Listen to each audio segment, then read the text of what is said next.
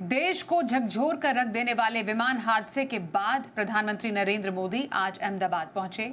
सबसे पहले प्रधानमंत्री मोदी ने उस घटनास्थल का दौरा किया जहां कल ये भयावह हादसा हुआ था। उन्होंने वहां मौजूद अधिकारियों से जानकारी ली और राहत और बचाव कार्यों की समीक्षा की। इसके बाद प्रधानमंत्री सिविल अस्पताल पहुंचे जहां हादसे में घायल हुए लोगों का इलाज चल रहा है। पीएम ने पीड़ितों से मुलाकात की और उनका हालचाल जाना। साथ ही हादसे में जान गंवाने वाले लोगों के परिजनों से भी मुलाकात कर उन्हें ढांढस बंधाया। इस दर्दनाक विमान हादसे में 265 लोगों की जान जा चुकी है।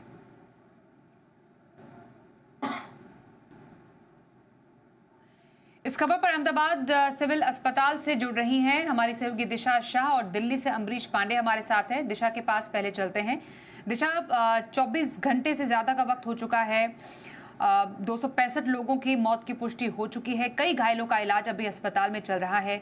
वहां पर फिलहाल ताजा क्या तस्वीरें आपको दिख पा रही हैं, क्या अपडेट है?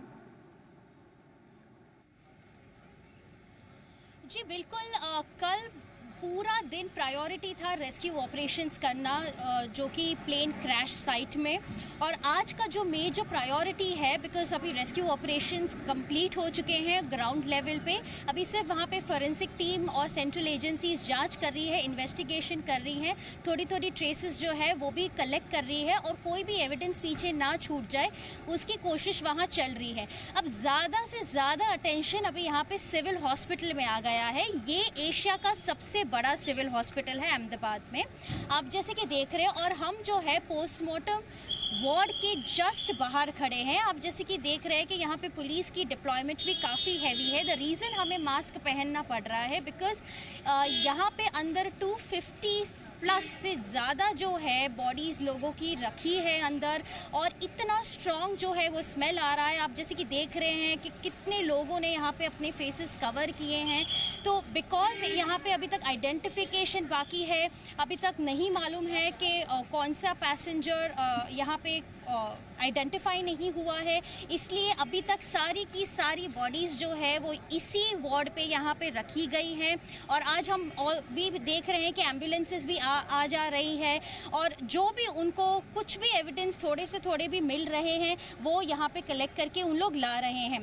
ज़्यादा से ज़्यादा अभी जो दूसरी चीज़ जो यहाँ पे हो रही है सिविल हॉस्पिटल में, वो है DNA टेस्ट का सैम्पलिंग जो है वो चल रहा है। बिकॉज रिमेंबर अभी मेन एक तो है कॉज ऑफ द इंसिडेंट जानना और दूसरा पैसेंजर को आइडेंटिफाई करना। और कंसिडरिंग ये इतना बड़ा हादसा था, इतना मैसिव इम्पैक्ट था कि इन्वेस्टिगेशन ऑफिसर्स का ये कहना है कि काफ़ी बॉडीज़ या तो पार्शली बर्न थी या तो फुल्ली बर्न थी, उसके वजह से चेहरा भी रिकग्नाइजेबल नहीं हो रहा है और इसके लिए DNA टेस्ट की ज़रूरत है। तो जो रिलेटिव्स है वो अक्रॉस कंट्री से आए हैं यहाँ पे हज़ारों की संख्या में, और वहाँ पे एक बस 5 मिनट दूर यहाँ पे एक DNA लैब जो है वो खोला गया है और वहाँ पे जो है उन लोग अपने सैंपल्स दे रहे हैं।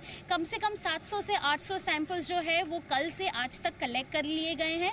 और थ्रू आउट द डे ऐसा कहा जा रहा है कि ये पूरा दिन भी और एक्सरसाइज चलेगा और इसकी जो रिपोर्ट्स है वो 72 आवर्स में आएगी। और उसी के बाद जो है एक बार कॉन्फर्मेशन हो जाएगा तो यहाँ से इसी सेम जगह से अपने जो रिलेटिव्स है वो अपने लव्ड वंस की जो है वो बॉडीज़ यहाँ से ले जा सकते हैं फ्यूनरल के लिए। अब और भी बात करें, जो डेथ टोल है अभी ऑफिशियली जो कहा गया है 265 बॉडीज़ जो है वो रिकवर की गई है, बट और भी आगे हो सकता है, जो काउंट है बढ़ सकता है। इन्वेस्टिगेशन ऑफिसर्स और ग्राउंड ऑफिशियल्स का जो कहना है, बिकॉज अभी भी वो आइडेंटिफाई कर रहे हैं। तो जैसे जैसे वो पूरा जो काउंटिंग है वो हो रहा है, उससे पता चलेगा कि ऑफिशियल डेथ टोल इंक्लूडिंग जो पैसेंजर्स ऑन बोर्ड थे और जो डॉक्टर्स हॉस्टल में जहाँ पे क्रैश हुआ, जहाँ पे हमला हुआ, वहाँ पे एग्जैक्टली कितने डॉक्टर्स जो थे वो विक्टिम्स बने हैं। जी दिशा, आपने वहाँ सिविल अस्पताल से हमें ताज़ा जानकारी दी है। दिल्ली का रुख कर लेते हैं। अमरीश पांडे हमारे साथ इस वक्त हैं।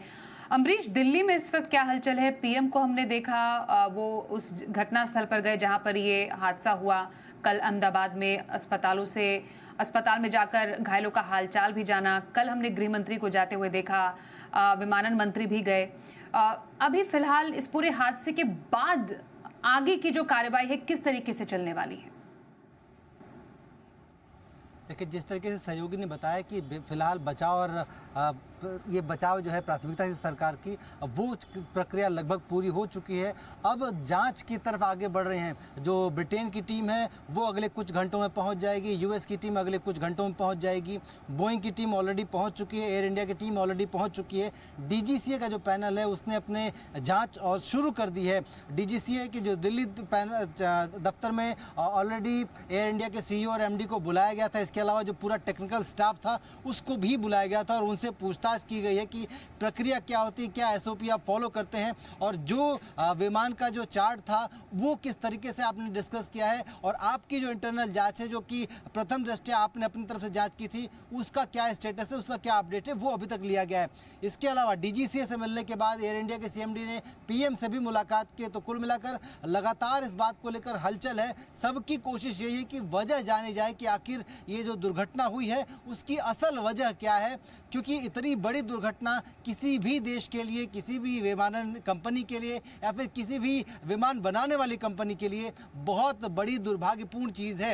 अगर हम पूरी बाकी जो हलचलों की बात करें तो एएआईबी ने जांच अपनी शुरू कर दी है। उस जांच में प्रथम चरण में जो सीसीटीवी फुटेज थी, जो फाइलिंग्स थी, जो एयरपोर्ट की जो रिपोर्टिंग थी, वो सब कुछ को अपने कब्जे में लिया है, उसको एनालाइज किया जा रहा है। इसके अलावा पैनल के बाकी लोग जो है वो हर पैरामीटर को एटीसी से जो संपर्क किया गया था उन सब चीज़ों को एनालाइज कर रहे हैं। इसके अलावा रडार और जो सैटेलाइट्स हैं उनकी इमेजरी का इस्तेमाल करके भी कोशिश की जा रही है कि पूरी जो लाइनअप है, यानी कि टेक्निकल जांच से लेके टेक ऑफ तक का जो पूरा लाइनअप है वो कैसे हुआ था और किस तरीके से जहाज़ नीचे आना शुरू हुआ था, किस समय हुआ था, एग्जैक्टली क्या टाइमिंग रही होगी, जो कम्युनिकेशन था उसको इस्टेब्लिश करने की कोशिश की जा रही है।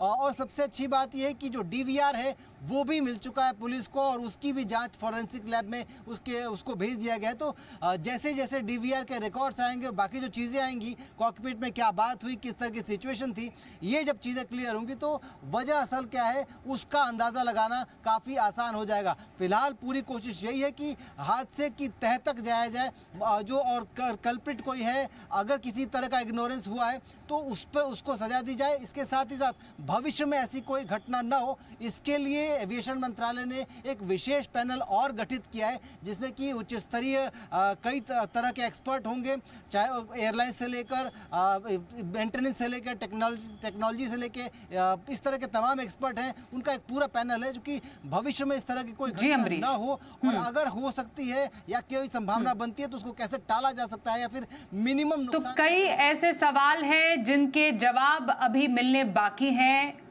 कार्रवाई होगी, कमेटी का गठन होगा और उसके बाद ही सवालों का जवाब मिल सकता है। पर 265 लोग अपनी जान गंवा चुके हैं। अभी फिलहाल जो आधिकारिक पुष्टि है और कई लोग हैं, हो सकता है उनकी भी अब पुष्टि आए।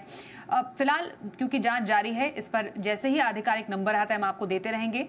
अहमदाबाद से दिशा और दिल्ली से अम्बरीश, आप दोनों का बहुत धन्यवाद हम करते हैं इस पूरी खबर पर ज्यादा अपडेट देने के लिए।